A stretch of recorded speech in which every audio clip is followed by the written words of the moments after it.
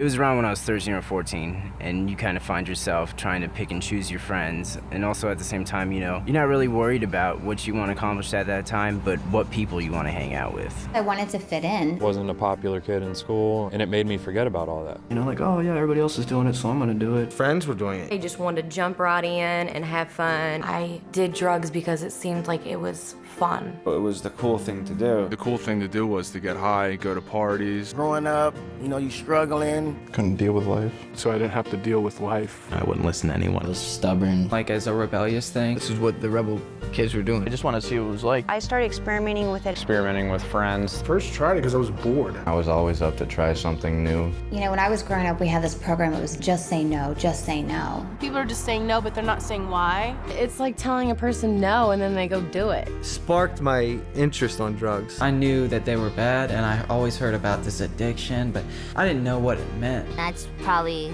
the #1 reason why I did drugs in the first place. I just didn't know.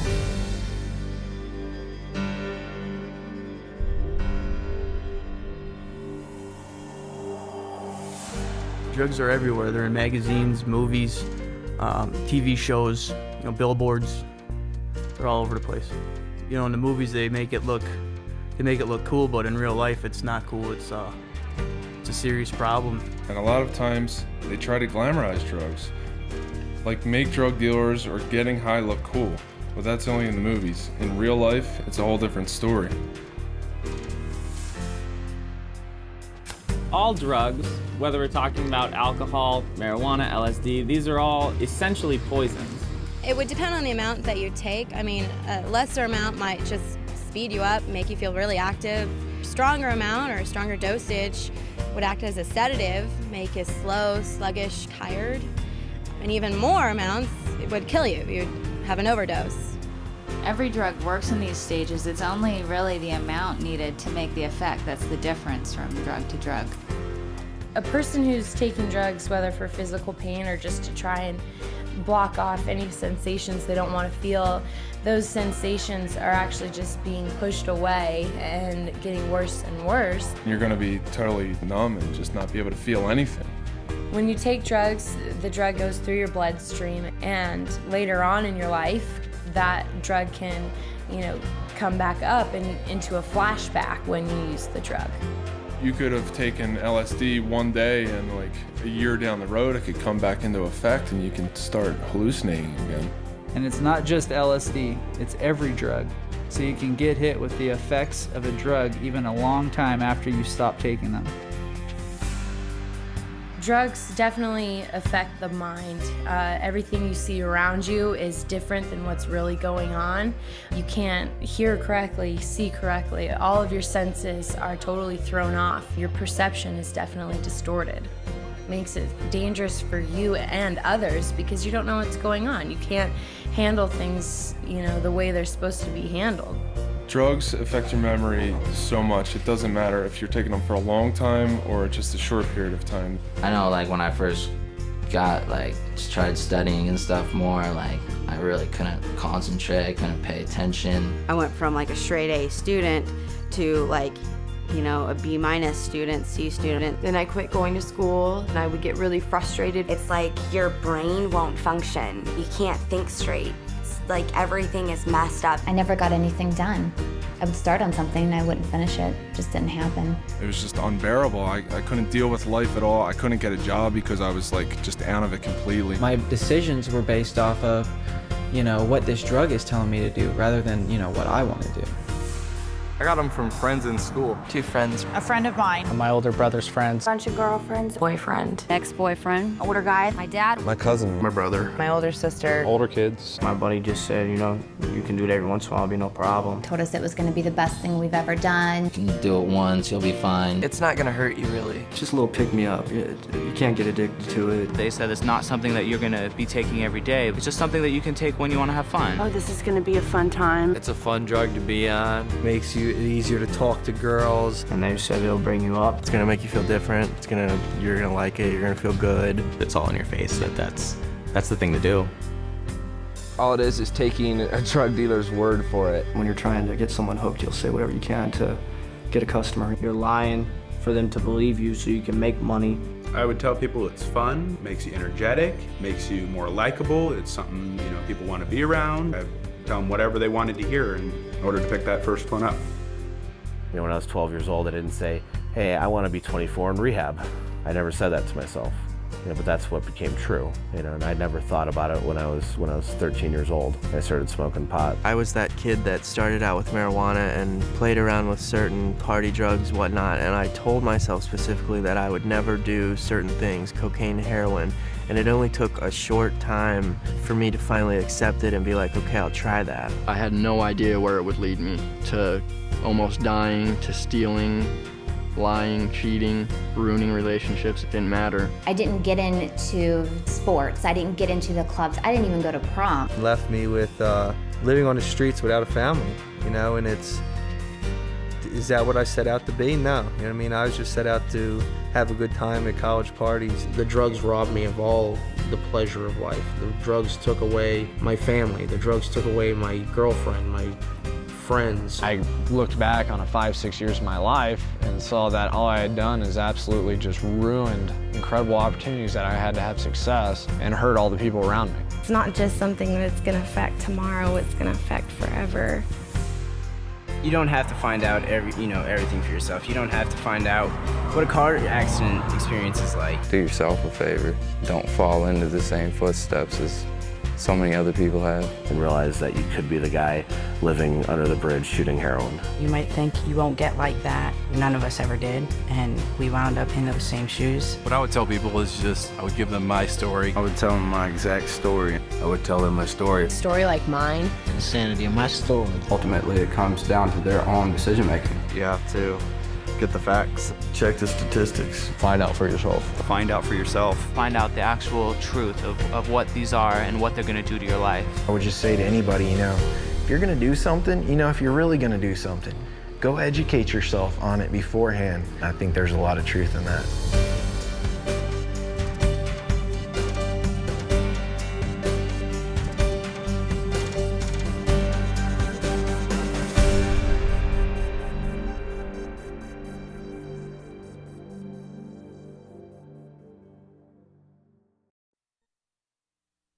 Ganja, pot, grass, kush, dope, hash, swag, weed, sticky, marijuana. I ended up being addicted to heroin, coke, meth. I've done it all, and it all started with pot. Marijuana is the dried parts of the Indian hemp plant. Hash is the sticky crystalline that comes off when they pick it. A lot of it's like from Mexico, shipped over borders, and a lot of people manufacture their own and sell it. Hydroponics is like a system of growing weed. There's a lot of science, there's a lot of chemistry that go into wanting to make it stronger. And comparing it to what was available in the 60s and 70s, there is a huge difference in potency. It's so much more stronger. It's so much more intense. And so much more damaging to the body.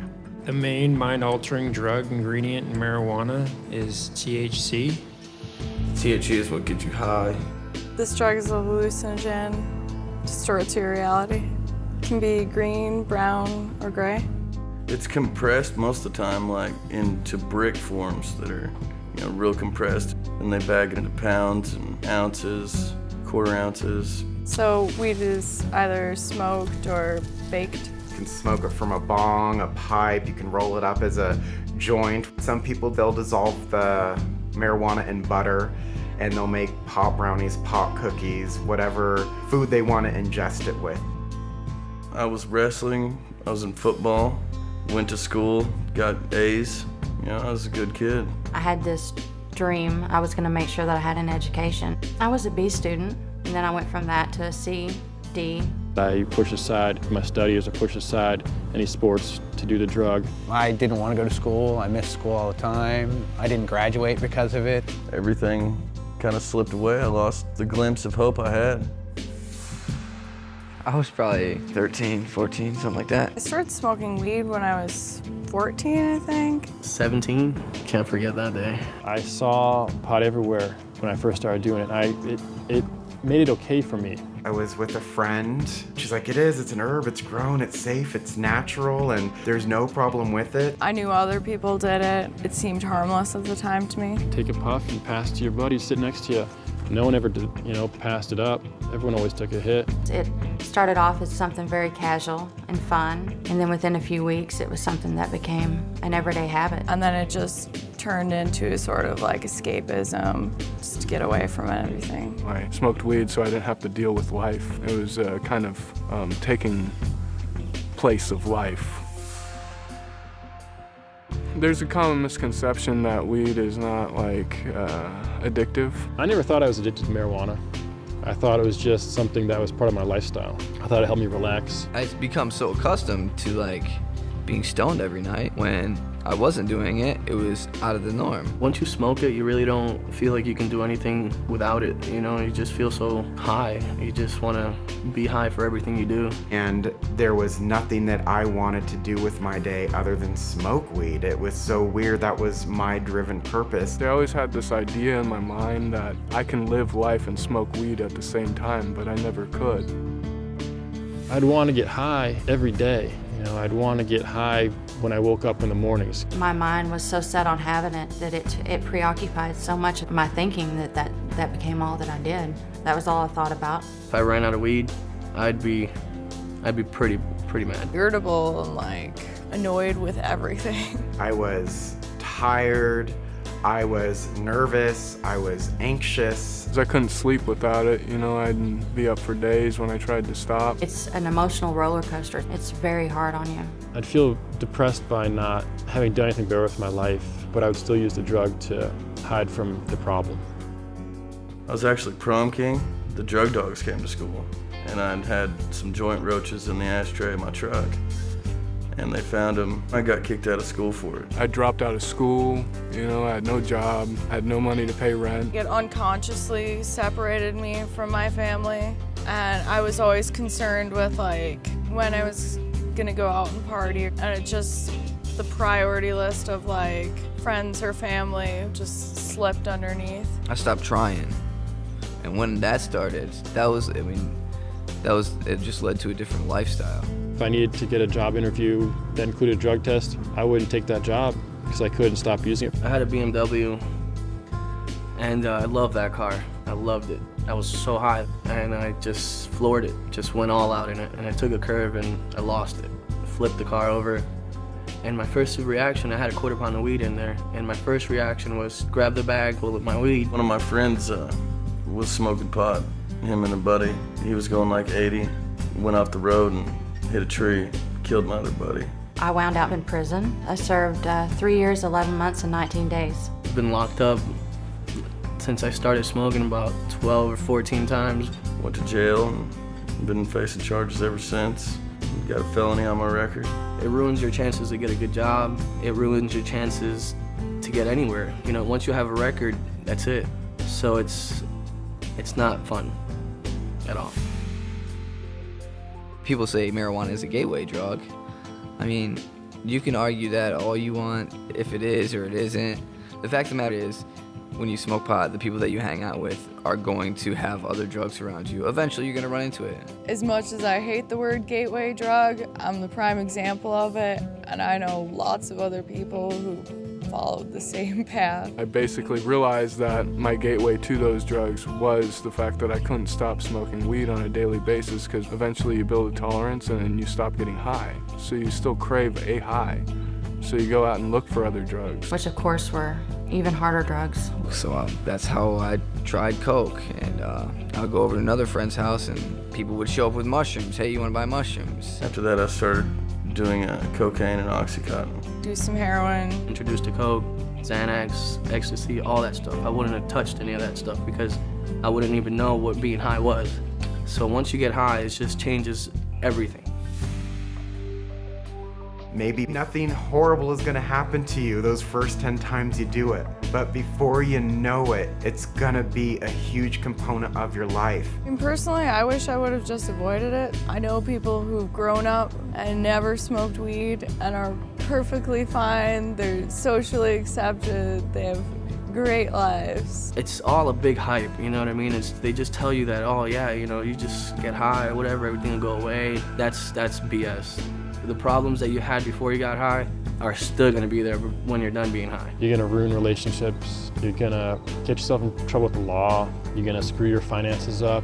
You're gonna screw your future up. Took away, my chances of wrestling in college or playing football in college, going to college for academics because I was capable, and that is all gone. So now I can't vote, can't do anything as a normal citizen. I would have been in college right now, about to graduate, probably going for something decent, a good degree, get a job, get my life together, not going through what I'm going through right now.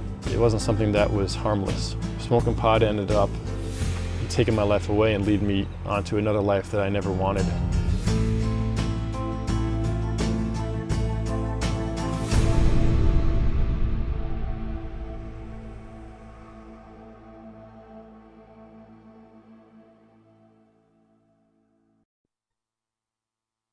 Vodka, Tequila, scotch, beer, wine, rum, gin, whiskey, alcohol. Alcohol probably took 20 years of my life, and you can't get that back. Alcohol is a drug, which most people don't think it is, but it actually is. It's classed as a depressant, meaning it slows down vital functions in the body. Alcohol is made through the fermentation of fruits and grains. The process of fermentation is basically letting fruit sit and rot until it can produce a mind-altering effect when you drink it. There's different types of things you can drink that have different amounts of alcohol in them. Like a beer, if you just drink beer, that has 2 to 6% alcohol. Wine is about 8 to 20% alcohol. And then you got your hard liquors, which are like vodka or whiskey, which are about 40 to 50% alcohol. When someone drinks 2 or more drinks, it acts as a stimulant. When they drink more than that, it acts as a depressant. If you binge drink, what you're doing is you're just drinking repeatedly over and over large amounts and large quantities of alcohol. If you put that much alcohol in your system at one time, you can get alcohol poisoning, which could lead you to go into a coma or even kill you. 12 years old, I was in the 7th grade. When I was in 8th grade, I think I was 13 years old. It became very regular at 14 years of age. 15 years old when I first started drinking. 17 years old, starting going out to parties, doing things like that. At first, drinking was a sociable thing, I drank with my friends. Thought I was really cool going out with all the older guys, and I'd try to show off in front of them and drink myself stupid. I just go out and party all night. By the time I was probably 15 is where I started drinking at school. Putting it in a water bottle, I would take vodka or gin, something clear that looked like water, and I would just drink in class and pop mints in my mouth. We'd go in, break into his parents' liquor cabinet, fill up our super big gulps full of ice and Everclear, and then stop by 7-Eleven and fill the rest of it up with Coke, and then make it to first period. I was drinking not just at parties and stuff, but after classes and after work and even at work. I waited tables, so it was very easy access to alcohol. It was just hard to say no. It was so readily available, and it was constantly there. My drug problem wasn't something that happened immediately. It happened so slowly that I missed the fact that I was addicted to it. It became a routine, a way of life. The only type of people I would hang out with were people who were using drugs or drinking alcohol. And it got to the point where that's all I cared about. It became far more than just a partying thing. It was a necessity. Without having alcohol in me, I could not function. I kind of became a loner because all I ever wanted to do was just drink and drink and drink. It felt like it was my only friend. Felt like that it was always there for me somewhere. When things were going bad, I could always have a few drinks. Well, for me, it was never a few drinks. It was always a lot of drinks. I was consuming about 30 beers a day, a whole case of beer, and 3/4 of a gallon of light rum. I would essentially have that and black out every night. I could do nothing but drink 24/7, drink, pass out, drink, pass out. I literally started drinking so much that I would shake if I didn't have a drink. When I would not drink, I'd get extremely sick, deathly sick. Just really achy all over, and you have headaches, and you're so dehydrated that you have no energy. Alcohol had been, in and out my body so much that it had tore away some of the lining of my esophagus and blood was creeping in. I was a physical disaster. I was that far in my addiction of physical withdrawal that when I shut that alcohol intake off, my body tried to shut down. The actual withdrawal from alcohol can kill you, for one thing, if it's too intense. Your body has no vitamins or is dehydrated, and you can have DTs, you can seizure to death. It's terrible. I got a phone call, that my father was in the hospital and that he was really, really sick, and that he wasn't going to make it. So the next day I got on a plane to go home. And my only way to confront this was to drink alcohol. So I showed up at the airport pretty drunk, and my family, saw me there, and, they didn't know what to say. The worst thing about it is that my father was kept conscious so that he could see me before he passed away. But instead of disgracing his memory, they'd put him on life support. I had gotten kicked out of this bar for fighting. I was beyond drunk, and I was attacked and raped. And I went home, and I stayed in my apartment for a week. My mom would come knocking on the door. I'd pretend I wasn't home. I felt like it was my fault. I was the one that was at that bar. I was the one that was getting drunk. I went home, and I had a roommate. And for some reason, we got into an argument, which resulted in a fight, and the cops got called. I blacked out for part of it, so I couldn't figure out why I was waking up in jail. I drank some beer there at the bar inside the airport. I just ordered another beer and put my backpack on and started walking through the terminal smoking a cigarette. I didn't care what I was supposed to be doing. And I ended up getting a fight with the police there at the airport. And I woke up in jail. I had staples in my head. In the military, I woke up and I actually had to crawl on my hands and knees off the flight deck of the carrier because I couldn't walk, and then I got discharged from that and lost a girlfriend and a kid and my whole life. I drank to blackout one night. Well, sometime about an hour later, I got back up. I went to my bedroom. My wife wasn't there. I went to the girls' bedroom, and they were all in the bed together, basically hiding from me through a blackout. And I decided right then that I couldn't stay there anymore. I was afraid I was going to hurt someone in a blackout. I haven't had a drink in 3 years, yet I'm reminded daily of my alcohol abuse because of the long-term effects. I have horrible short-term memory, and it makes everyday life very difficult for me. Just remembering names, remembering how to do things. As a result of alcohol, I had high blood pressure, and I still have it. It destroys your internal organs, and it can destroy your brain functions, your handwriting, small motor skills. It's definitely a poison. I have liver pains, bone and muscle aches that just used to not be there, and it's not from age. I'm not that old. I should be in my prime right now, and I've probably aged myself 20 years through alcohol abuse. Alcohol is slow to kill, but it's the most hideous form of death. If I had known how sneaky and dangerous and insidious alcohol is, if somebody had kind of told me, and if I had known that it's not this symbol for a good time, I think that would have made a difference. It's not like some of the other drugs that instantly after your first time you're hooked and you're addicted to it. A lot of times, most of my friends didn't even like the taste of beer when they first started drinking. It started out as something that was fun, something we did on weekends. How it progressed to an everyday, all-day thing is beyond me.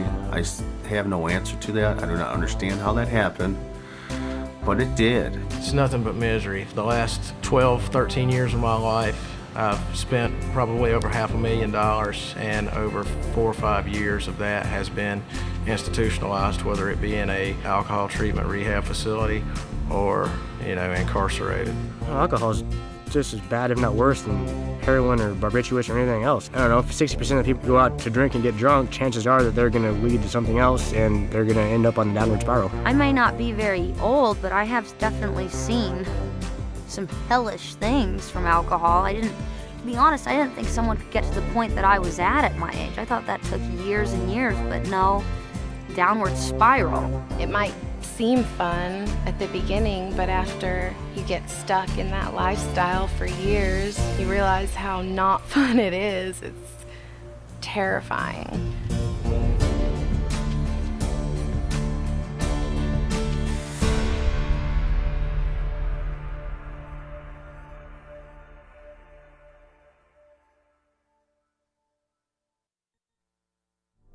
Skittles, Pills, X, triple stacks, rolls, Smiley faces, E-bombs, MDMA, Molly, beans. ecstasy. It's not worth the momentary high. It just sucks the life out of you. It sucks the happiness out of you. Ecstasy is a synthetic or man-made mind-altering drug. It can have other qualities like as a stimulant, a depressant, or hallucinogenic. They're almost the size of like an Advil or something, and they have different pictures, and they're all different colors. I mean, it's a designer drug. It's made with all different types of chemicals. You never know what's in it.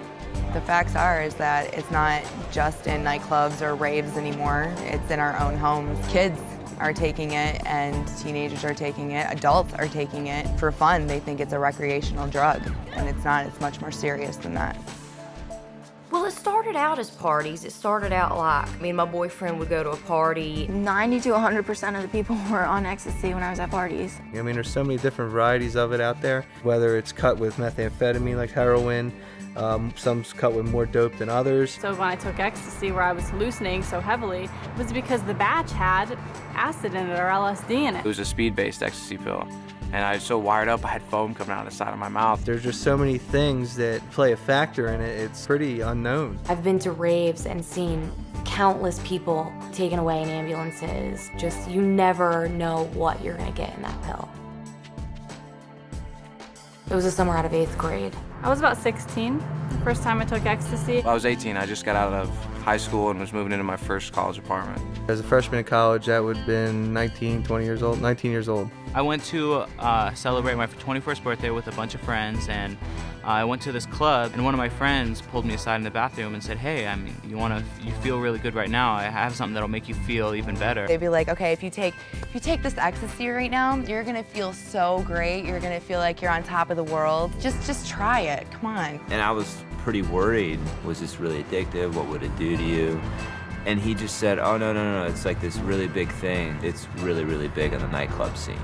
And it's not that bad. It's not like you get addicted to it or anything. It had a little dolphin stamp on it, and well, I thought, okay, this can't be bad. I mean, one small little pill, no big deal. So me and a bunch of my girlfriends took it, and we were partying all night long, but then the next morning I didn't realize what it had done to me because I was so depressed. It just sucked like all the happiness out of me.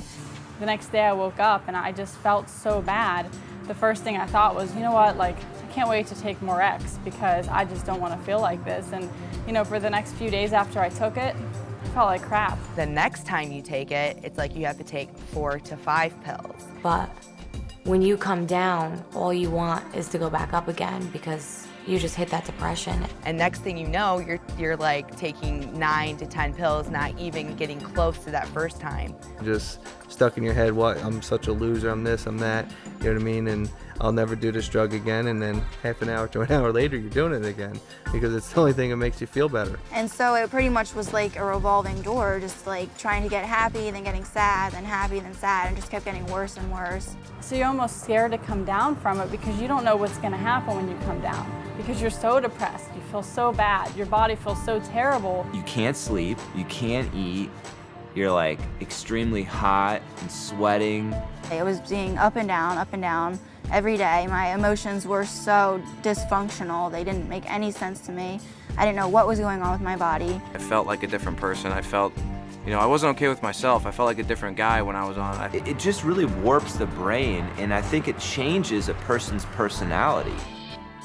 And unfortunately, it's been heavily promoted. It's okay, it's a party drug, it's a love drug, and really it's a dangerous drug. Take it to a nightclub and you'll go and you'll dance and you're not worried about, you know, going and getting water or whether or not your heart's about to explode, it's pumping so fast. The whole time I was high on ecstasy, I'd be clenching my jaw. You literally just want to like bite down and clench your teeth the whole time. You can overdose, you can overheat your body, you can dehydrate your body and pass out. It's just like this urge to go, go, go. I would dance until I couldn't.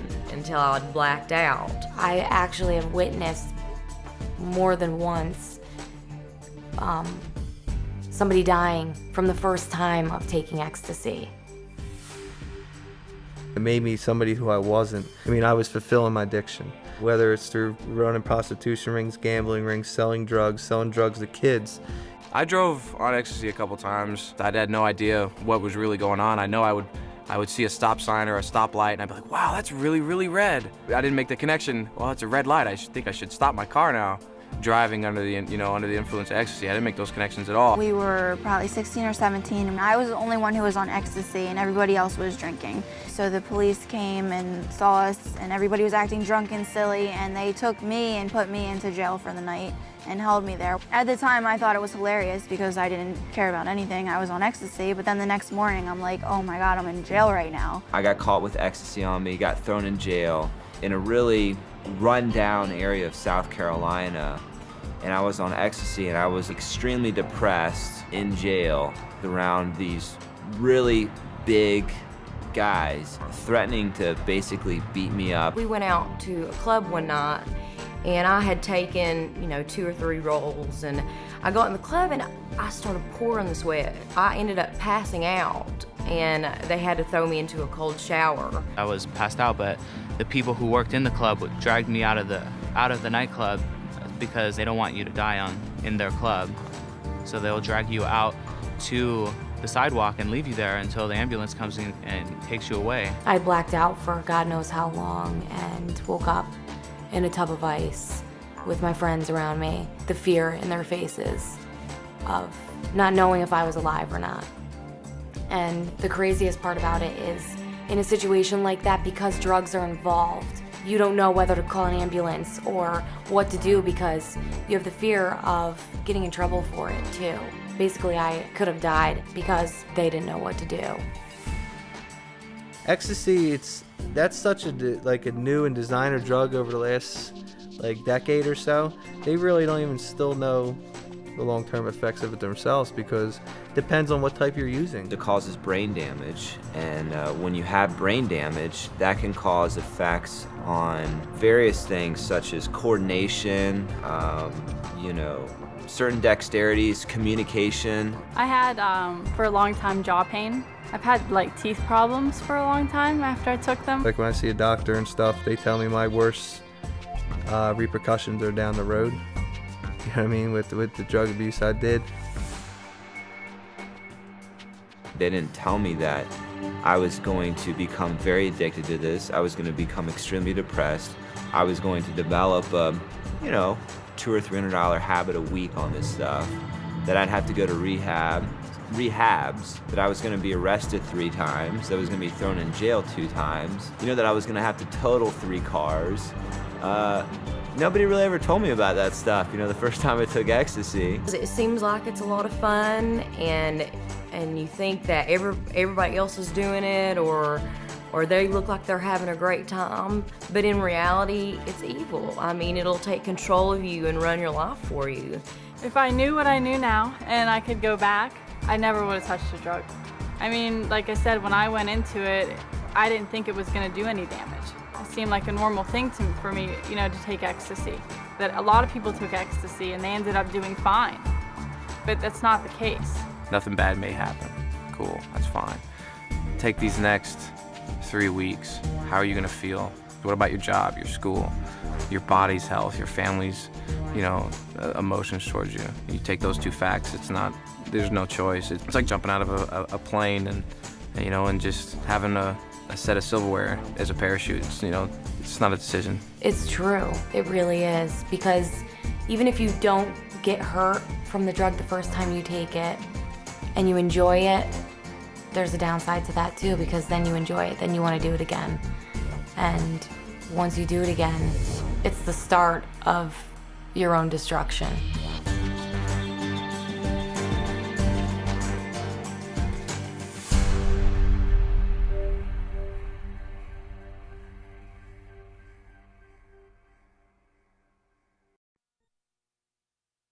Glow. Yay. Diesel. White. Rocket fuel. Powder. Nose candy. Yo-yo. Snow White. Coke. Dust. Cocaine. You have no clue what demons and problems that you're about to encounter when you decide to do coke. Cocaine is manufactured from the coca plant. There's a certain process where they extract the actual cocaine properties from the plant and they refine it down into a powder. Even though it's basically considered powder form, when you buy it, it's still kind of clumpy because it comes off a block.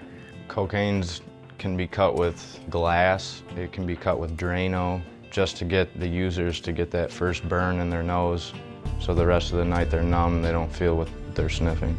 People from very young ages to senior citizens use cocaine. It's not prejudice. It's considered a rich man's drug, but even teens can afford it at lower and lower costs. So once a person is addicted, the price skyrockets because they need more and more, and it gets more expensive to have the habit.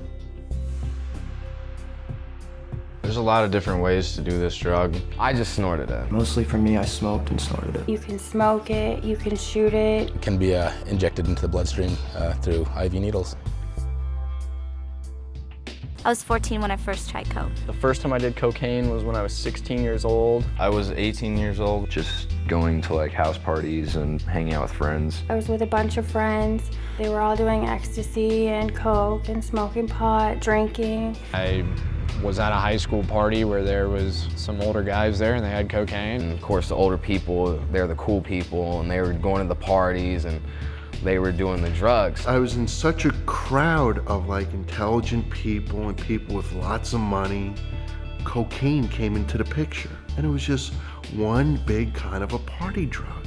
You know, I'd do it once every month or so, and then as it progressed, I'd be doing it every other weekend. Within an 8-month span, I went from trying it a few times to becoming a weekly user, to eventually a daily user, and then to becoming a dealer.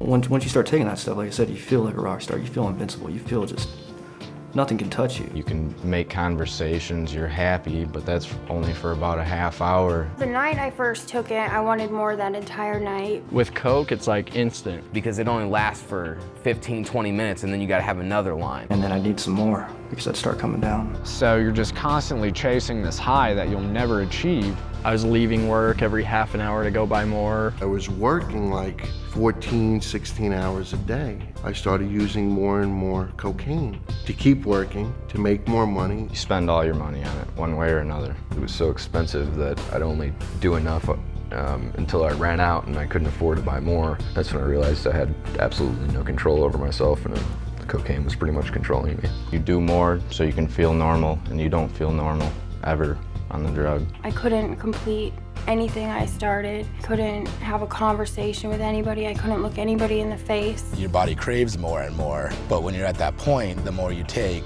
the more dysfunctional you become. It's like quicksand. Once it gets its grip, it just starts sucking you in. And the harder and harder you try to pull yourself out of it, the deeper and deeper you go.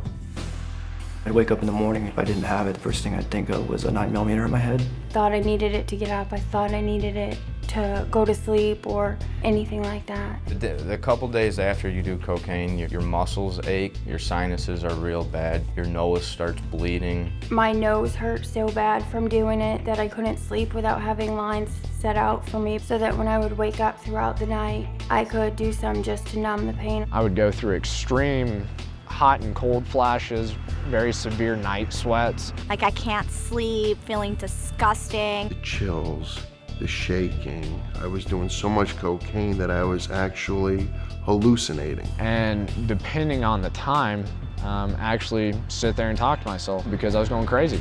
You know, seeing things, constant paranoia, constant depression, suicide attempts. So it went from being a party drug to a drug that kept me holed up in a dark room by myself, scared of my own shadow. I was in the business, family business with my father, paying the bills. I was an accounts payable for him. I basically advanced myself $30,000 within 3 months and almost put the business under. I was making a lot of money at the time. Everything was on plastic and credit cards. Everything else was going to cocaine. Probably upwards of about $600,000-$700,000. I started shooting it. I missed the vein and actually went into a nerve. And it blew up my whole entire arm and hand. My arm just kept on inflating more and more. Thought I was gonna die. I flatlined And then they all came rushing in and they took the paddles and hit my chest and everything. They brought me back again.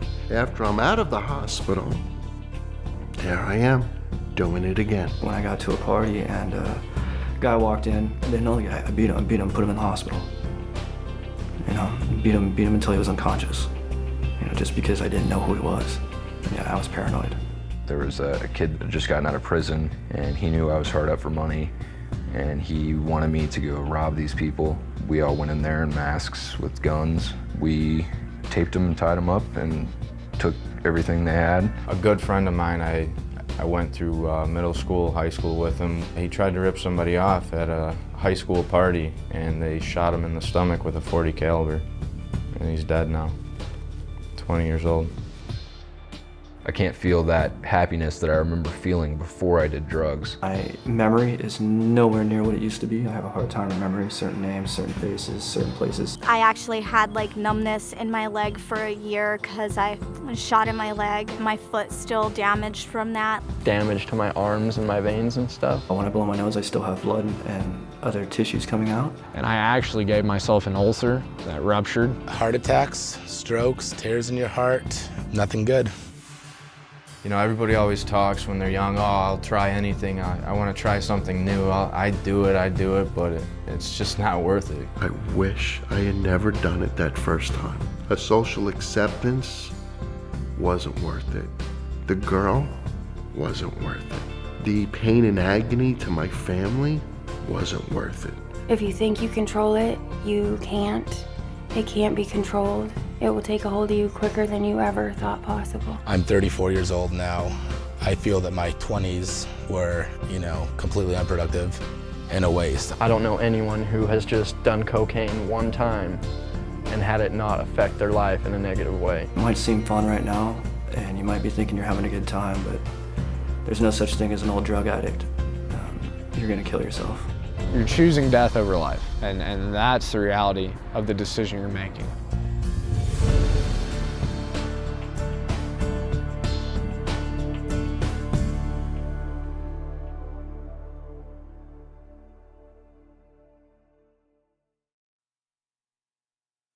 Bass. White. Butter. Rock. Crank. Sleep. Flavor. Yellow. Crack. Glow. Work. Crack cocaine. It will ruin your life. You will have nothing after you smoke crack. Crack is basically like the refined form of cocaine. When you have cocaine, obviously it's cut with a few things, and then what you do with crack is you heat it up and it burns off all that stuff, which means that you have the pure cocaine. It's 80% to 100% more pure than cocaine. Crack gets its name from the sound it makes when you smoke it. It's like a crackling and popping sound. It comes in black or crystal form and ranges in colors from white to yellow to pale rose. It's not translucent, you can't see through it. It looks like a rock. It's hard like a rock. You can just snort it. I snorted it. Shot it up while I would smoke it. Put it in the pipe and smoke it. You can snort it, inject it, or smoke it. I did it for my first time on my 13th birthday. Around 17. I was 21 when I first smoked crack cocaine. I'd say 23 to 24 years old. It was curiosity, my buddies were doing it. My friends asked me to try some cocaine. We ran out that night and our drug dealer offered us crack instead. Boyfriend told me this is gonna be fun. You can do it just once, it's not gonna be a big deal. And so I tried it. I took them just to be cool, just to fit in. And I smoked it, and within the first 20 minutes of starting to smoke it, I was scraping the pipe. I had run out, was looking on the floor to see if I had dropped any. After about 10, 15 minutes afterwards, I really wanted it again. Right when you take the first hit and you blow out, you're like instantly high. And that's what you're reaching for every single time. Thought that, if I kept smoking it, I would get it, and I never did. That's what makes it addictive, is you never reach that same level of high that you did when you very first hit it. And you spend days and days and days chasing that same high. Started spending all my money on it, started skipping work. I would sit and smoke thousands of dollars, no problem. The come down is the most horrible part of crack. I mean, you can't sleep, you can't think, you don't want anybody to be around you, you want to just curl up in a ball and cry. You're nauseous and you're sick to your stomach. Slow thinking, lethargic feeling, not wanting to do anything. I didn't sleep for a long time. I started with like a little bit seeing stuff. It makes you insane. You're gonna do anything that you possibly can to avoid that because it hurts. Your heart feels like it's gonna pop out of your chest because it's going so fast, and you honestly feel like you might die. I was living on the streets, sleeping in abandoned garages, eating out of garbage cans. One time I went over to one of the guy's house. I went inside. The guy's like, "This is what it is." And I tried to argue prices with him, which wasn't at all intelligent. And he took all my money out of my pockets and he told me I wasn't allowed to leave. I was tied down to the chair, and the guy was walking around the house with a gun. He was all pissed off because he thought that I was like a narc and that the cops were coming because of me. And all the time I'm just begging to him, you know, let me live. You know, I didn't do nothing. I don't know what you're talking about. I was only 14 or 15 years old when it happened.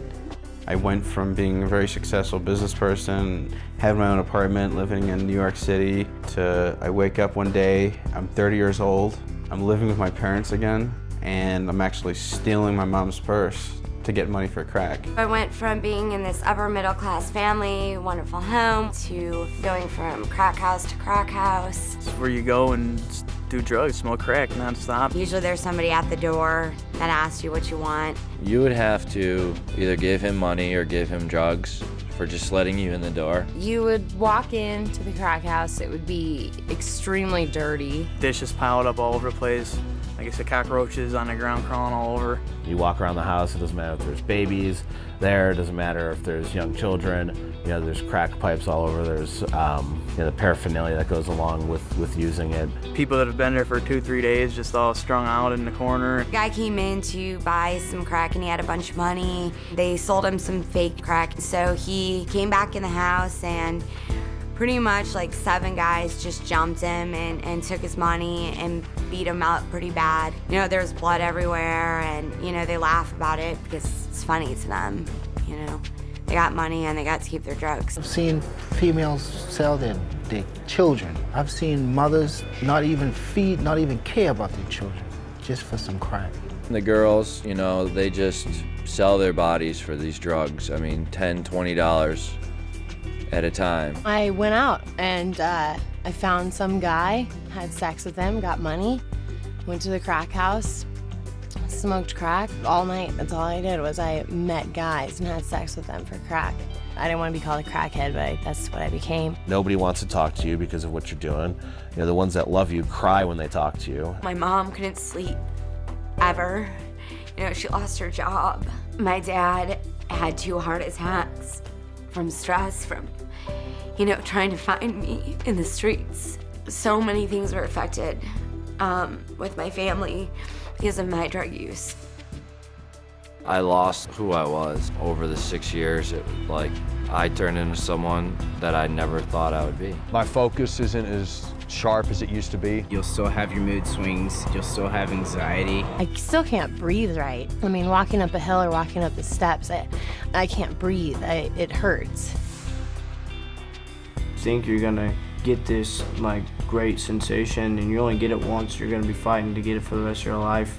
It's not glamorous at all. I mean, jail, prison, you're gonna get caught up eventually. You're either gonna end up in jail, you're gonna end up dead, or you're gonna have to go to rehab. If I didn't have drugs in my life, I'd achieved and accomplished so much more. It's a lot of pain, turmoil, trouble, heartache, and it's not worth it. If I had somebody's story like mine, or if I had more education on crack cocaine, I would have never picked it up, ever. If I would have known what it would have done to me physically, what it done to my family, what it did to my career, just all that stuff, I wouldn't have done it, you know.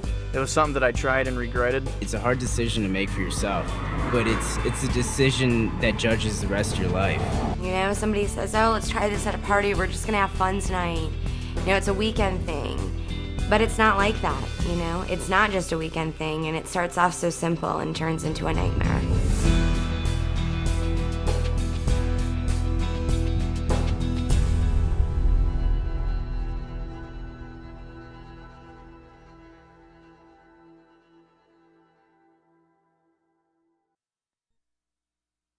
Huda, ice, glass, tweak, crank, chisel, shards, crystal, the magic dragon. meth. If we're out in public, it's gonna be called Tina because it sounds like you're just talking about a girl. It doesn't sound like you're talking about one of the worst drugs in American history.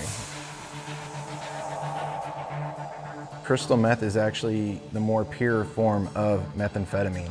Commonly, people think methamphetamine is just a powder, but really, these days, you have to go searching just to find it in powder form. Crystal meth is the most common what you're gonna find of the meths. It looks like glass, like blades almost, but it's like glass pieces. Comes in different flavors sometimes. It comes in like different colors, kind of pinkish, brown color, like an off-white, and sometimes it's crystal clear. And there is also another thing, it's called peanut butter crank. It actually looks like peanut butter, smells like peanut butter, and it's basically pure speed. It's more pure form of crystal meth. It's made out of Everything underneath the hood of your car and your kitchen sink. ammonia, Driveway cleaner. lye, gun bluing, Battery acid. Pesticides. It's basically ingredients that if you ingested any of them would pretty much kill you or send you to the hospital in serious condition. And I know that the people that manufacture it, can get blown up and they die. It's strictly just toxic poison. For every 1 pound of meth that you make, you get 6 pounds of toxic waste. It's going to cause irreversible damage. Originally started out snorting it. snort it, smoke it, shoot it, whatever, I'd snort it, shoot it, and I would ingest it as well.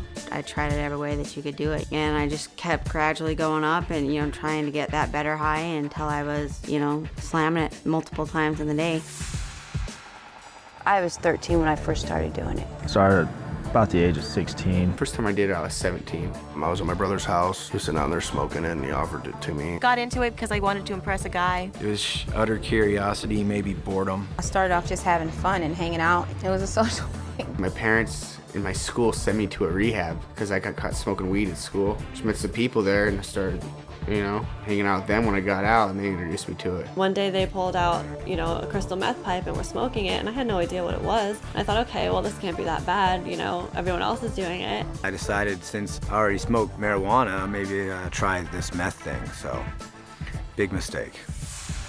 Once I tried it that one time, just this instant euphoria, like it probably kicked in within 10 to 30 seconds of smoking it. At first you feel really good, and I felt like I was on top of the world. And it lasts for quite a long time, for some people up to 12 hours.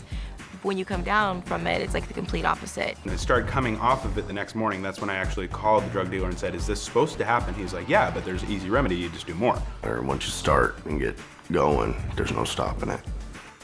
My body would ache, like I had just gotten over had like the worst flu ever. Throwing up, couldn't hold anything down, and I was yellow on top of it.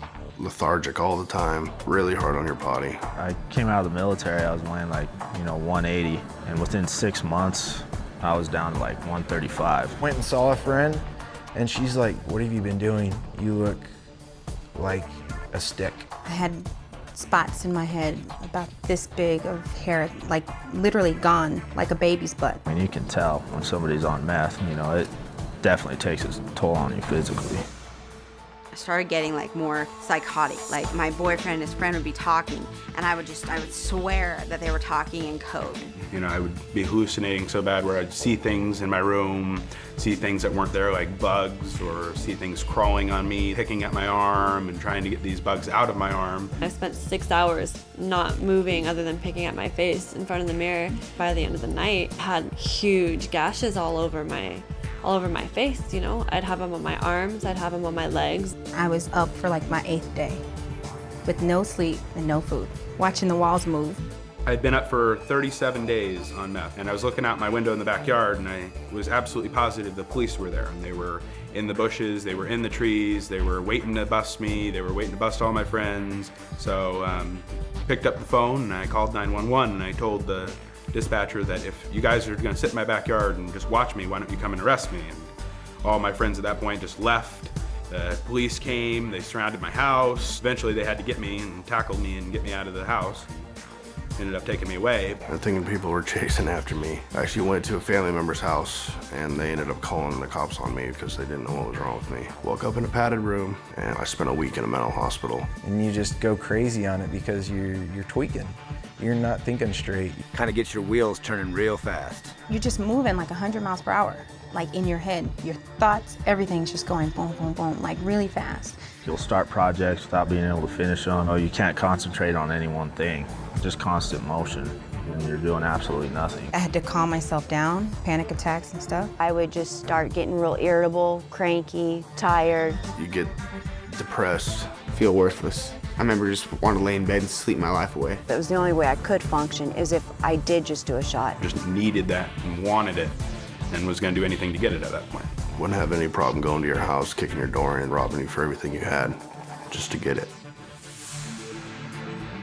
Makes you not care that you're wasting your life away. Makes you not care that your sister cries at night because her brother is out committing crimes and manufacturing methamphetamines. Had completely kidnapped me, mind and soul, and the more I did, the more it built up inside of my body. I noticed in myself short-term and long-term memory loss, nerve damage, my muscles sometimes twitch, just things that seem to be irreparable. My gums have permanent damage. I have permanent bone loss underneath my gum line. I have an eroded esophagus now. 6 years ago, it was near cancerous. I still have problems today with it, and I mean, really bad heartburn.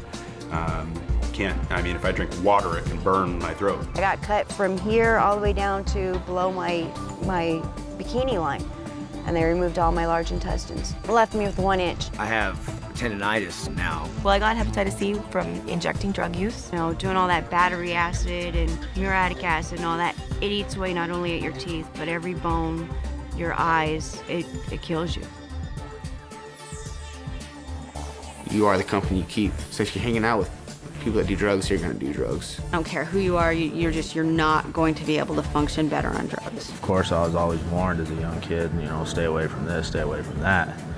Whereas knowing what I know now, yeah, I would have definitely avoided it.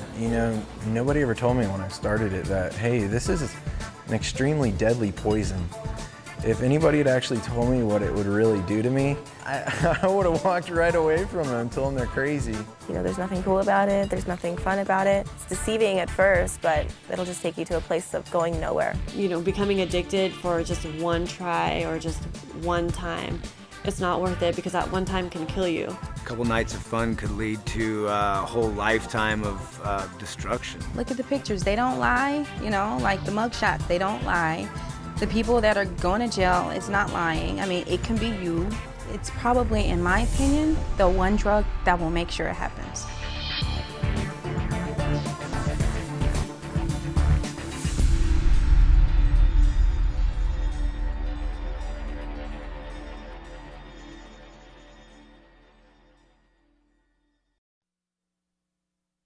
Dust off whippets, nitrous oxide, air fresheners, air duster, NOS, markers, butane, inhalants. It kills brain cells, it lowers IQ, it makes you into a zombie. Inhalants are toxic things that people use to get a quick high. There are more than 1,000 household products that people use as inhalants to get high. Most commonly used in the U.S. are shoe polish, glue, poppers, gasoline, lacquer thinner, lighter fluid, nitrous oxide, other paint solvents, and dust off. Poppers and whippets, which you can pick up at a club or concert, contain really poisonous chemicals that can permanently damage your body and brain. In the long run, it can hurt your body. It can cause damage to your intestinal tract and stuff like that. That cuts off the oxygen to your brain. It kills your brain cells. It even says on the labels, do not inhale, you could die from inhaling this. On the labels of dust off, it causes heart attacks, causes this and that. And it's not like heroin or meth or any of those drugs where eventually you'll gain a tolerance for it and you'll just be addicted and you'll just be trapped by it and you just keep doing it until you die. If you did it enough, you just die. A lot of kids die with it still in their mouth because you just don't know when it's too much. I did the whippets, I did air freshener cans. Dust off for computer equipment and stuff. Spray paint in a paper bag. Inhale it through a shirt because you don't want the Freon to get in your throat. With the whipped cream, you just push the top part and inhale the air when the whipped cream comes out. People put it in a balloon and you inhale it, exhale and re-inhale it through the balloon. Or you could just huff it straight out of a can or whatever it came in.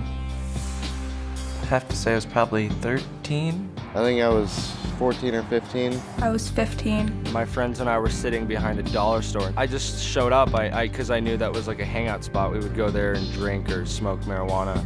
And they were all sitting around a circle just inhaling butane, like lighter fluid.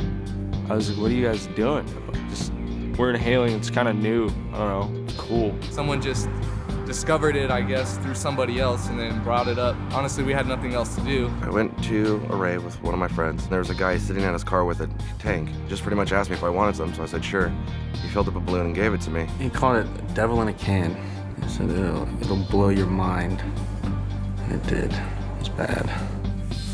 After I did it the first time, it only took maybe 2 to 3 days before I started doing it again. When I first started doing it, it was like really exciting, so spent another hour or two just going through all the different cans in the house. What's so addicting about it is you just feel the rush instantly. It just hits you immediately. After I inhaled the whole balloon, I couldn't hear a thing. All I heard was wah, wah, wah, wah in my head. People were talking to me, but I couldn't make out a single word. I'd want to do it right away again because the high would go away so fast. For 20 seconds, you have a false happiness. So you want to get right back into it. The whole goal is to be high, so you just do it, like want it right away again. I wanted to do it again. So you have to keep doing it over and over and over again. I was doing it every single day. I was addicted to it, for sure. I passed out. And me and my friends passed out a lot. Been passed out for quite a while, like a few minutes. 5 minutes. I passed out in my house a few times. Pass out, and I was just embedded. Pass out, and I wake up every 10 minutes or every hour. And as soon as I'd wake up, I'd search for it, and I'd do it again. And I would do it to the point where I would pass out every single time on purpose.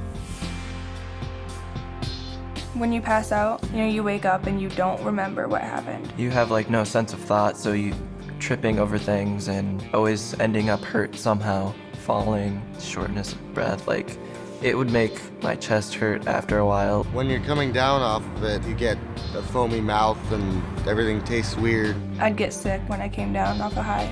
My stomach would hurt and I'd have a headache, feel really lightheaded. I couldn't even see. I would just focus on the ringing because your head will start ringing. It's not like you could read a sign or go get a glass of water. It's just like you had to sit down and just wait for it to stop. I would almost say like paranoia, confusion.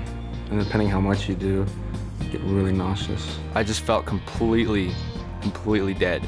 Like I knew I didn't have any brain cells left. Probably the worst migraine you could ever have in your entire life, where it feels like your brain is bleeding because it's hurting so bad. It's like, that's it. Until it's over, you're just a vegetable. So it's kind of like a never-ending cycle to where you'd be, never ends. It was me and 3 other friends, and we were huffing in a car, and the driver was huffing too. She had just taken a hit, and she drove into a tree, and none of us were wearing our seatbelts. I had a friend end up in the hospital from it because she just didn't wake up. I was bored. Did it once, I did it again. I did it a 3rd time, and then I passed out. The next thing I remember, I'm running down the street, barefoot and just a pair of shorts on. No idea where I was going. And somehow made it to my friend's house, and he drove me back to my car. There were cops there, and I had hit a tree, huge tree, messed up my car. I was stupid enough to ruin a $10,000 piece of machinery just for 2 minutes of being high. I inhaled a bunch of dust off, and then got in the shower, and I knocked myself out, fell over, hit my head on the bathtub spout, and then I woke up, and stupidly enough did it again, inhaled it, got back in the shower, and fell over again. I was bloody, and it's just stupid. I inhaled it, and I fell backwards, hit my head on the concrete, and was out. And then woke up, and the back of my head was bleeding. There was blood all over my back and my shirt and all over the place. And my friends were all like, "Whoa, that was awesome." I was like, they thought it was cool. I thought it was like, wow, I'm cool now because I'm bleeding. And my friends are giving me approval because I'm bleeding and in pain. Good friends. I've heard from many other friends who, one was inhaling Freon, and he took 2 hits, and then that was it. And now he's dead. I do have trouble breathing. I can't run upstairs. If I do, I am on the verge of passing out because I'm out of breath. I still have memory problems with it because It severely messed up my memory. Can't remember faces like I used to. I don't have clear images anymore. I'm learning at a slower rate than I was 2 years ago. It does affect the way your ability to learn. It's really hard to see it at the time. You don't realize the toll it's taking on your body. I had no idea it would cause this much pain and suffering and trauma on myself. It really messes you up. They're irreversible to the body. You know, just based on the fact that so many people die from it, I would say don't do it. Because it's not worth losing your life over. You know, a 30-second high from a $5 can of compressed air is just not worth all the trouble that it causes. Well, it would have been nice to know a lot more. I wouldn't have done what I did. Basically not worth it. I've seen people die. I've almost died myself a couple times. And just for that quick euphoria, there's so many better things in life. It's all fun and games, but it's really dangerous. Kids dying from it with the can still in their hand. There's no point to it. It's really dangerous. It's probably more severe than some of the most dangerous street drugs out there. I mean, all you're doing, in the time you're doing drugs, you're destroying your life, you're destroying your body, you're destroying your soul. But during the time, you think everything's fine. But that's completely false and fake and not true.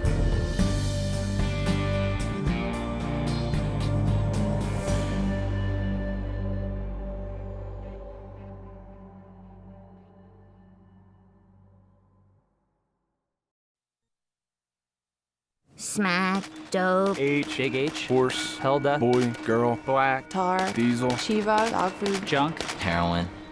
It will take everything you've ever loved and it will destroy it. Heroin comes from a poppy plant which grows in big stalks, and it's got this big bulb on the end of it. They extract the white substance by scraping the bulb with a knife, and this milky substance comes out and they start the refining process. The opium is refined into morphine, which is further refined into making other forms of heroin. Most of it's brought from Afghanistan. And when you're in the West Coast, it usually comes from Mexico. On the East Coast, there's powdered heroin, which is the gray, brown powder-like substance, and then on the West Coast would be the actual tar heroin, which is like a sticky tar-like substance. Heroin is usually cut with other things such as either arsenic or other drugs just to make it cheaper, make more money for the dealers. You never know exactly what they put in it, so you know it's very, very high risk of OD. One shot, you could die. It can be smoked, snorted, and shot with a needle. Started off smoking heroin. I would just smoke it because I was told that that wouldn't be as addictive as using needles. I would start out snorting it, and I wouldn't get that rush anymore, that good feeling that you're always searching for every time you want to do or snort heroin. And eventually the rush doesn't happen anymore, so you turn to the needle. I was about 17 years old when I first tried it. First time I was 18. 19 years old. First time I did heroin, I was 14 years old. It was a friend of mine that introduced it to me. My boyfriend at the time. One of my buddies just came and showed me it, and I tried it. That was it. I decided, okay, something new, something to make me feel okay with myself and believe I'd be functional. Started off as, fun. Let's get high. But the problem with heroin is you can't just do it one time. And at first, I didn't really think I was addicted. I just wanted to try it a few times. But once you do it, you start becoming sick. You start going through withdrawal. The cravings are absolutely worse than any other drug that I had ever done. The sickness is so intense, you would rather die than go through that. After I started feeling the effects of it, the side effects, the withdrawal symptoms, and I didn't know what was going on. Hot sweats and cold chills at the same time, like you just can't get comfortable. You try to fall asleep just to make it go away, and you can't fall asleep. Your whole appearance changes. I would break out a lot. My skin was like yellow, and my eyes were sunken in. Hallucinations from lack of sleep, loss of appetite. I really couldn't concentrate, couldn't pay attention. And as crazy as it sounds, I didn't know what heroin would do to me when I first started doing it. I was just completely ignorant of that. I just thought, oh, it's another drug. I can just do it on the weekends and have fun. The reality of it is it is a big deal. I woke up in Long Beach not knowing how I got there, convulsing and like seizing.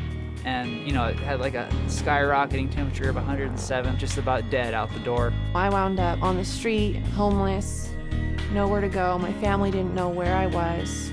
And I was just in total apathy. I didn't care about anything. I was living in a car in the middle of winter in Baltimore. Got robbed, got maced in the face. I had nothing. I was freezing and dying, alone. The house which my boyfriend and I were selling drugs out of got raided many times. One of the times, he hid in the attic and he made me answer the door. They came ramming in. One cop goes and shoves me against the wall, pushes me down the stairs, handcuffs us, and takes us away. I wanted to get high. I didn't have any money, so I looked at a couple bank statements that my mom got in, transferred over like $27,000 into my account. Spent that within like 2 weeks, broke back into the house after they changed the locks, and ran up to my mother's bedroom, stole her wedding ring, and went and pawned that. It ended up me getting caught. I got like 4 felonies, a couple misdemeanors, got arrested. It clouded my mind to a point where everything was almost like a video game. No real sense of consequence, no real sense of, this is what I'm doing to other people around me, or this is what I'm doing to myself. It's just, keep doing what I'm doing. It was hell. It scared more my parents than anything because it's just like, they wanted to know what they did as parents wrong. And it wasn't them, it was all about me. I didn't care. It destroyed my family, financially, mentally, and physically. You're not aware of the damage it's doing to you, not to mention your family. It destroyed my entire body. 2 years after I quit, I finally could digest a normal meal. My teeth were destroyed from it. I still get, restlessness. My joints and all my bones constantly ache. I don't have veins in here anymore. I actually have some wounds from it on each of my shoulders. I remember hearing don't do it, just say no. And I had no idea what the reality was. If I had more information on heroin and the facts and the dangers about it, I definitely would have touched it. If I would have actually listened and learned some of the things that I know now, I would have never started doing drugs. You try drugs, it doesn't matter who you are. It doesn't matter how good of a person you are or what your goals are. The drugs can take it all away. It's not a joke, it's not a game. I don't think it's all going to be fun and games because it's not. And it never has ended that way for anyone. No little kid grows up thinking, one day I'm gonna be a heroin addict. They wanna be superheroes or firefighters or things like that. But if you start using, all those things get further away. It just becomes your life. That is your job. When you're a heroin addict, that's what you do. That's all you do.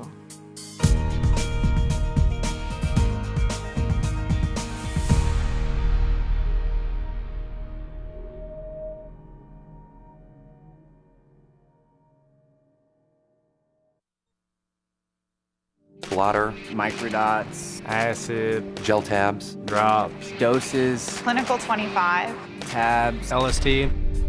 Acid is such a scary, scary drug. It was the craziest feeling I've ever had in my life and most uncontrollable feeling I've ever had in my life. LSD is one of the most potent and mood-altering and emotionally altering chemicals that you can put in your body. It's made in a lab, it's some kind of mixture of chemicals. It is odorless, colorless, and has a slightly bitter taste to it.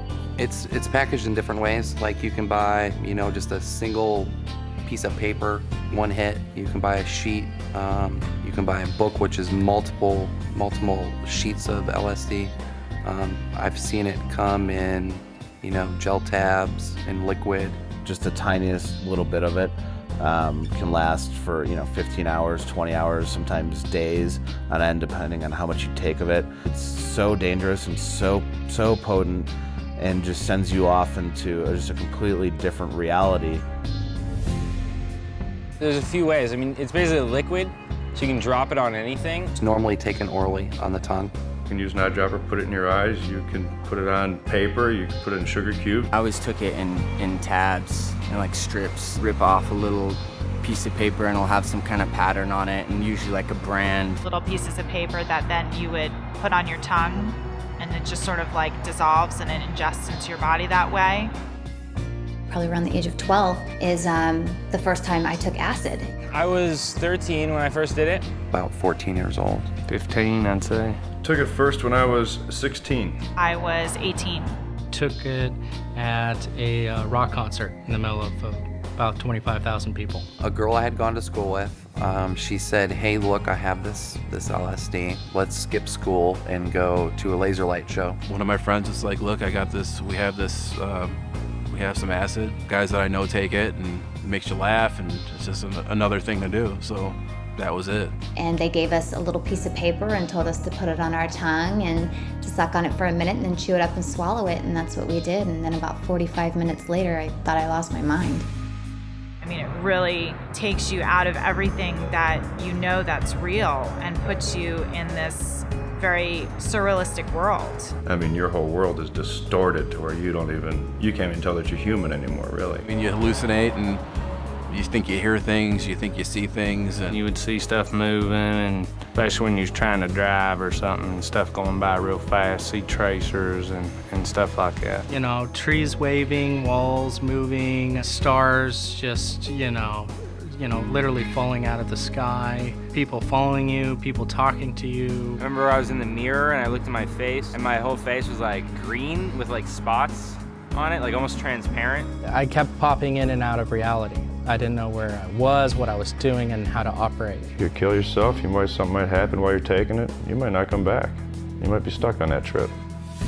You get paranoia coming down off it. I mean, you think really horrific things. You know, your friends hate you, people are talking behind your back. You're not eating, you're not really drinking, and you're just sort of out running around with this chemical in your body for hours. It's like your muscles real tight and your back hurt and your bones hurt, like somebody snuck in your room and beat you with a ball bat or something. I had a hard time concentrating on anything. It didn't matter what it was. It was just completely beyond my control. I was just like a dead puppet. I got to the point where it was just a part of the social activity where I was taking it and just dreading the next 8 hours. Dreading, okay, I have a lot of work in front of me, you know, to survive again another 8-hour period of where I lose all my senses. I had a glass castle in my room, and I had started to trip so hard that I sat down to look at that glass castle, and in my mind I was in that thing.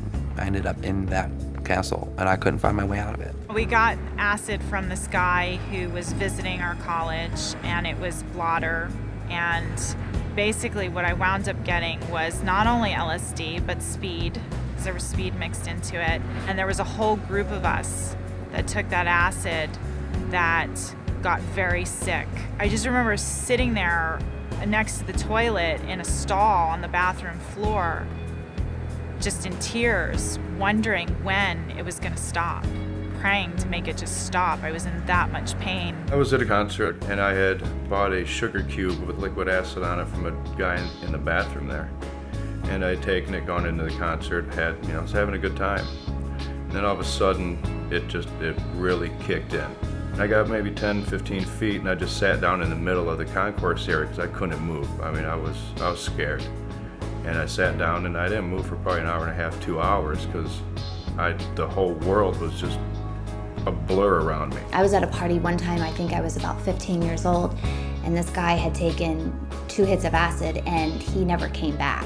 Like, they literally had to put him into a psych ward because he never came back. Me and my friend, we had took some LSD one night, and I don't know, we took 5 or 6 hits apiece, and we was both way out there, and I had a sheet where I was selling his acid, which is 500 hits, and he got wild and bit into the corner, and bit the whole corner out. Must have been 30 or 40 hits. Well, he went crazy, and they put him in a hospital, and I went to see him and stuff, and nobody could talk to him. Every time you ask him a question, he'd sing a song out of a rock and roll verse. This has been 20 years ago, and still to this day, he's not right. He's not the same person. I mean, I haven't taken acid in 7 years, and I still feel these effects from time to time where I'm totally spaced out or in a fog or ill at ease, unable to concentrate, or, you know, things seem superficial. You haven't done a drug in years, and next thing you know, you're like driving down the street and you feel like nothing's real. You feel like you're actually on acid again, and all of a sudden You're seeing stuff, the same stuff you used to see, the same unrealistic things that you know aren't there, the same hallucinations. Once at work too, I was helping out with like this this photographer guy, and we were like have this whole band, this like very famous band, and we're shooting them. And then he said something like, "Can you hit the light?" I mean, I don't even know what happened. I just remember I hit the light, and the next thing I know, I'm like laying on the floor, and everybody's looking at me. It's taken me years after it just to undo the damage. So LSD just takes you backwards. It closes doors for you. It just affects your life. If you think that LSD is going to expand your mind and give you new insight on things and give you a different outlook on life, it doesn't quite do that. It literally cooks your brain. It alters your senses, but in a very harmful way. It's complete trickery. If someone asked me, should I take the drug, I would tell them it's your decision because everything that you do is going to be your decision. But I would definitely not recommend doing it. Talk to some people that have been in your shoes before. It's nowhere but down. It creates the worst effect on you as a person than any of the other drugs. I've never had, it's bad. I can't really, it's hard to put into words what it does to you, but it's horrible. I mean, it's horrible. Every time that you take that drug, it's like playing Russian roulette with your life because you never know if you're gonna make it out okay.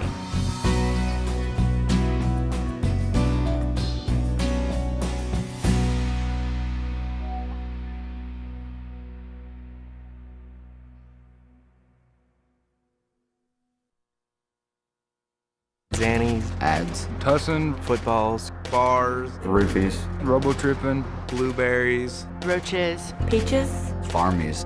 And by the time you realize that you've started doing it pretty frequently, you're going to be physically addicted, and then you're at a point where you can't stop even if you want to. Every prescription drug has an effect on you. That's why doctors give them to people. Some people think that because drugs come from a doctor, they're safe.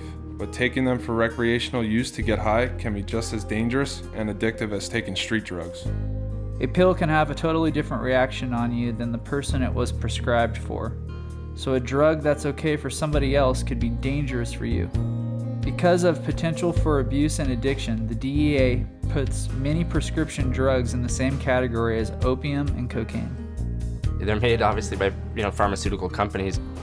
There's basically 4 different categories: depressants, opiates, and morphine derivatives, stimulants, and antidepressants.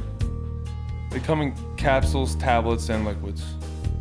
A lot of people think that taking a prescription medication is okay because it's not illegal.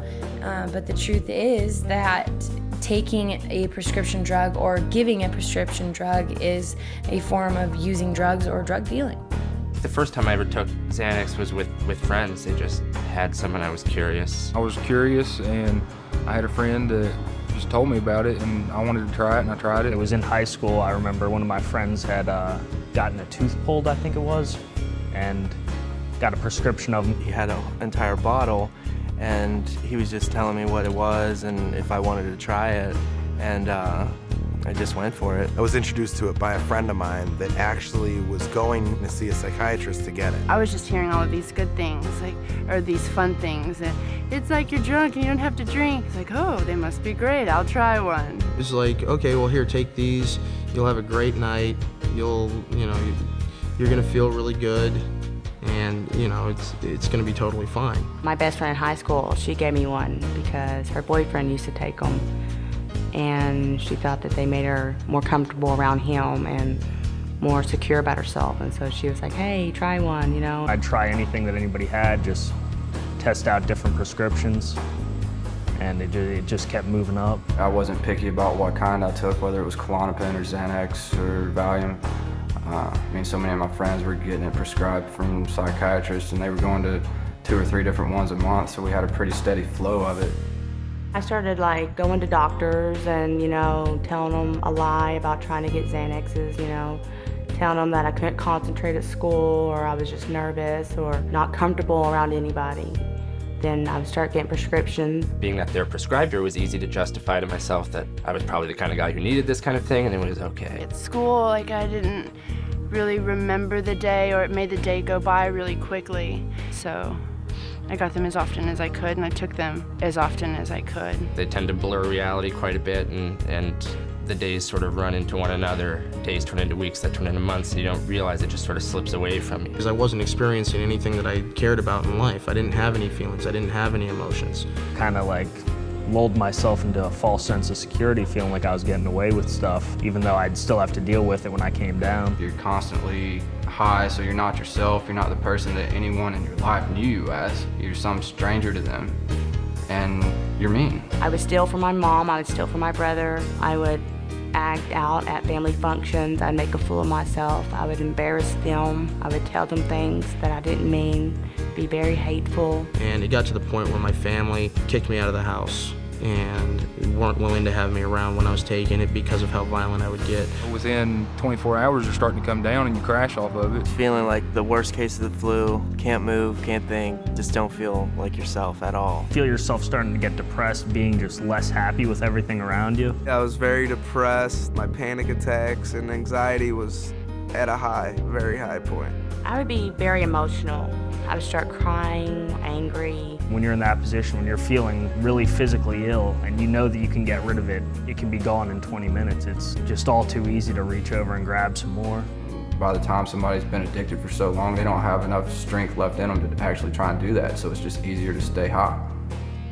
I would black out and you're like, okay, what happened for the last 2 days? You'd piece things together and you couldn't remember it one bit, like totally black. When I would black out, I was completely awake, but I have no recollection of what happened. On my way home from the party, I got into 3 different car accidents because I was blacked out and I had no idea what I was doing. Got to my mom's house and the cops were coming. I knew they were coming. My only solution was my plan was to blow up my car in my mom's driveway. So I went out and I set my car on fire. I passed out at a party. I woke up. The next thing I knew, I was at a hospital, and my friend that I was at the party with told me what happened and said that I took about 20 Xanaxes that night. They called an ambulance, took me to the emergency room, and they had to pump my stomach. They thought I was trying to kill myself, but I was just trying to get high. I was drinking with the guy, and he kept on encouraging me to drink more, and I didn't understand. I just didn't really question it. I think I was 16. And then about a few hours later, I woke up in his bed and we were having sex and I started crying and I pushed him off of me. I don't know how he thought that was okay. I don't know how I didn't say no. I don't remember, so I assume that I did, but maybe I didn't. Like you just don't know. When you use Rohypnol and you're forgetting everything, you have no idea what you really did. A guy that I used to know is on death row now in Arizona because he was on Rohypnol. He took a lot of them and ended up killing somebody. A buddy of mine continued to go in and out of the bathroom using Ritalin, and he managed to put himself in a state of unconsciousness and jump off a 6-story balcony, and when he hit the ground, he was immediately dead. I nodded out in a bedroom and woke up to find my friend. He was laid out on the floor. He had overdosed and passed away. He'd been laying there for 2 days. And my friend, this other girl, she was sitting in a chair right where I'd left her, slumped over, blue. I actually had to crawl over 2 dead friends to get out the door. Even when you come off of it, you're still cloudy in a way. Can't comprehend short-term memory loss. Things don't seem to be as clear in my mind. Things don't seem to connect as quickly in my mind. I don't remember any of the times that I was blacked out.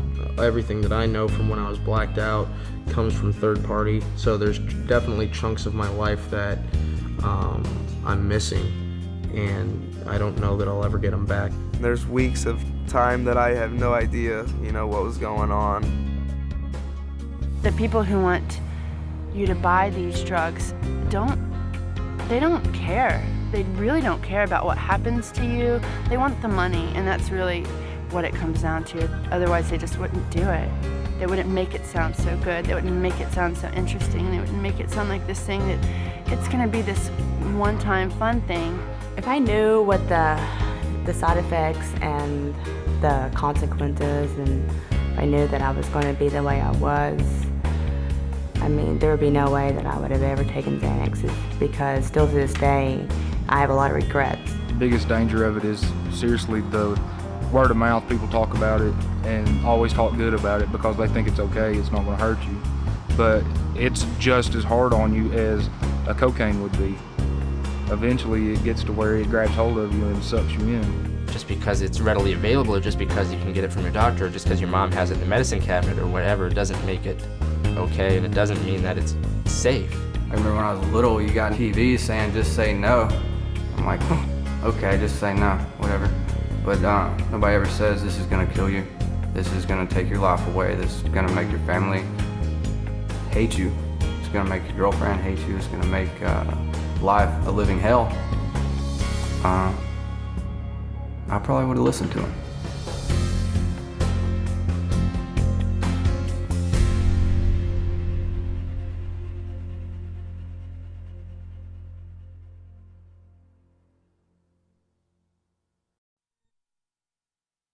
Hillbilly heroin, OCs, Narcos, Smurfs, 80s, Big Boys, Dollar Bill, Green Goblin, painkillers.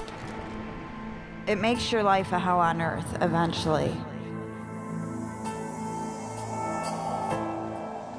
Painkillers are derived from opium. They're used for medical purposes. they're a manufactured substance. They're like a synthetic heroin. It's basically as powerful as heroin, and it will affect your nervous system in the same way. It's a pharmaceutical. It's sold over the counter as a painkiller. It's mostly given to like cancer patients and stuff, and like people who have back surgeries. You know, mainly used for people who are terminally ill to block off your pain receptors. Normally you get them through a doctor. You can also buy them on the streets. It comes in either liquid, like the cough medicine, tablets, or capsules. With the fentanyl, those actually come in a box of what we call the lollipops, because they actually look kind of like lollipops with a little thing at the end of the stick, and it looks like you're just eating a lollipop. Some of the painkillers are like OxyContin, hydrocodone, Lortabs, Percocets, Vicodin. There's like different milligram forms. It starts out, I think you can get like 10 milligram pills, 20s, 40s, 80s, and then there's like 160s that are hard to come by. I just took it in pill form. You could take it orally. Just get a straw and just snort it. I used to crush it up and snort it. I progressed to breaking it down into liquid form, using a syringe, tying my arms up and shooting myself up with it. When I first tried it, I was 16 years old. I was probably 18. I was 21. I started painkillers at about 28. It was hydrocodone, a prescription painkiller. I'd first gotten it prescribed to me from a doctor. I was on prescription pain medication from my doctor and therapist for a long time, and then I just bought it off the street after that. I took the pain pills from a car accident. Had some medical issues that developed because of playing sports, and he prescribed me Lortab and Somas. Took it for a leg injury. I just thought that it was experimental and I thought it would be cool to try. I was in the 9th grade in class. My buddy gave me an OxyContin. A group of friends in high school. It was the cool thing to do at the time. A friend of mine had told me about pain pills and how they made you feel, and I knew they were in the medicine cabinet. So that's when I went looking. And then I tried to stop, but it was just way too addictive, and I got really sick when I stopped. So I just kept going with it. One thing led to another, and before you know it, you're hooked. I had no idea they were addictive till the morning I woke up and I was freaking out because I didn't have anything. It clicked in my head that, oh my gosh, this is the physical addiction to it. I'm going through drug withdrawal. It's a pain medication. It takes away your pain, but yet when the medication's gone, you just get all that pain back, whether it be emotionally or physically. It just all comes back tenfold. You start to crave it, you start to need more. Within a week or two, I was taking them morning, afternoon, and night and needed them to function. All of a sudden, after you look at it, you're spending like $300 some odd a day just to get by. You start feeling these awful withdrawal symptoms where you get terribly sick, hot and cold sweats. I would vomit and vomit and vomit for days on end. Don't want to eat, like forcing myself to eat because I knew I had to. It feels like something's coming out of the bones of your body and trying to break out of your skin.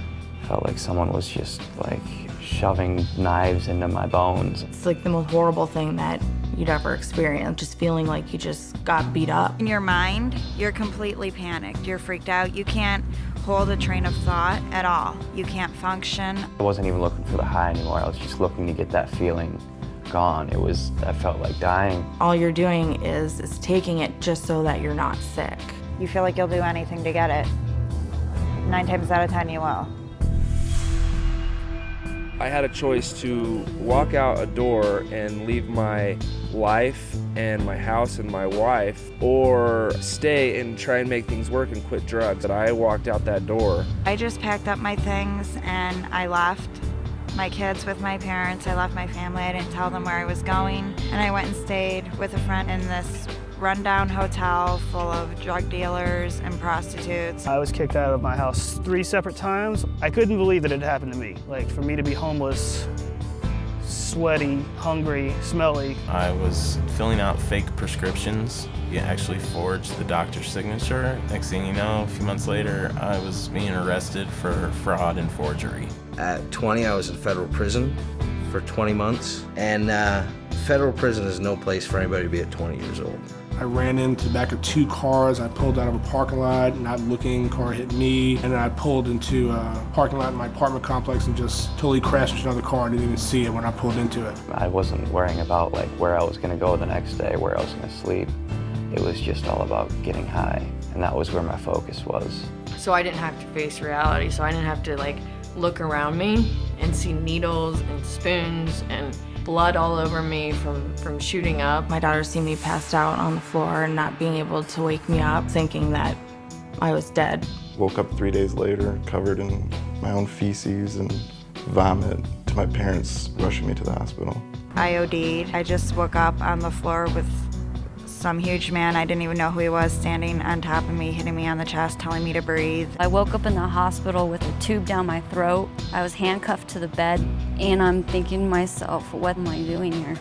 My dad had come to visit me. It's the first time I ever saw him cry, and that's when it really hit me, is not only what am I doing to myself, but what am I doing to my family? Destroyed my family. I mean, they love me and their family, and blood is thicker than water, but they can only take so much. It ripped my parents up. Like, some nights I'd stay out and not call. They didn't know where I was at. I wouldn't accept their phone calls. I wouldn't go to Christmas. I wouldn't go to birthdays. I wouldn't go to family dinners. And I turned into someone who had no emotion, that was just almost seemed like they're dead all the time. At first, it's like it's okay to do. It's from a doctor, it's safe. No one told me that it was really addictive. No one told me about the side effects. No one told me anything. They just said this will take away your pain. They're little, small, round, colorful pills that look so harmless, when really it's just a death sentence. It sucks. When you're doing it, sometimes it feels good because you got a couple laughs with some close friends, but those laughs turn to tears very quickly. You lose track of your dreams and your goals, things that you wanted to accomplish and you want to do in your life. The only thing that's important is the drug, and then before you know it, you wake up 10 years later and you see all the time that you'd wasted. It's definitely not worth it. It's only going to take you down. It's never going to take you up.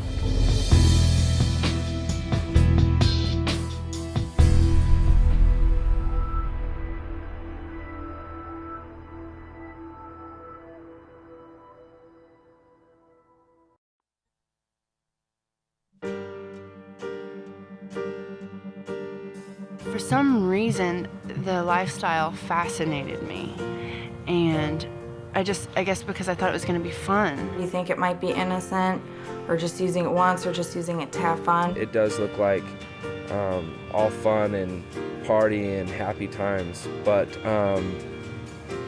drugs are the 100% complete opposite. It was literally that quick. I let my guard down, I tried it, and that was it. That was the end of it. I just happened to do the wrong thing at the wrong time. Once you start using it, it's not just, oh, it's gonna stay recreational forever. It's not that way. It progresses, it gets worse. It's definitely a dangerous road to go down. It's like playing Russian roulette with your life. You have no idea what you're getting yourself into. It might seem like it's cool and you escape reality or whatever, but all you're doing is postponing the inevitable. You're just masking your problems rather than handling them. The drug becomes the fix, and what happens is, after weeks, months, years of living that sort of, lifestyle, is the problems just stack up. You may be angry at people in your life, and maybe that's why you start using drugs, but when they're gone, you realize how lonely it can be. If I would have known some of the things that were gonna happen due to my drug use, I probably never would have like surrounded myself with the people that I did. I probably would have been a lot smarter about it. I would have made much better decisions and choices. And if I had all the information, I probably wouldn't have started doing it. If I knew then what I knew now, I would never touch it. I wouldn't even think about it. Seeing what they've done in my life and other people's lives, I don't want no one to use ever, you know what I'm saying? And my heart gets full when I think about someone thinking about using it. Now, what's the one thing in this world that you know that you would never do? That you would never do to somebody, you know? Would you steal from a friend? No. No, you wouldn't? Okay. This will make you do that. This will make you do that. I had goals, I had dreams, you know, I had aspirations to do a lot, and you know, I just put my life on hold for 11 years. The things that you lose, a lot of times you can never get those back. I have the question today, like the what ifs, you know what I mean? What if I had chose to do this or that? You see in movies or something, you go in the time machine and you change one thing, everything changes. That's exactly what it does. If you would have changed that one hit, that one joint you smoked, I'm sure everything else would have been different. That's the truth. That's the truth about drugs.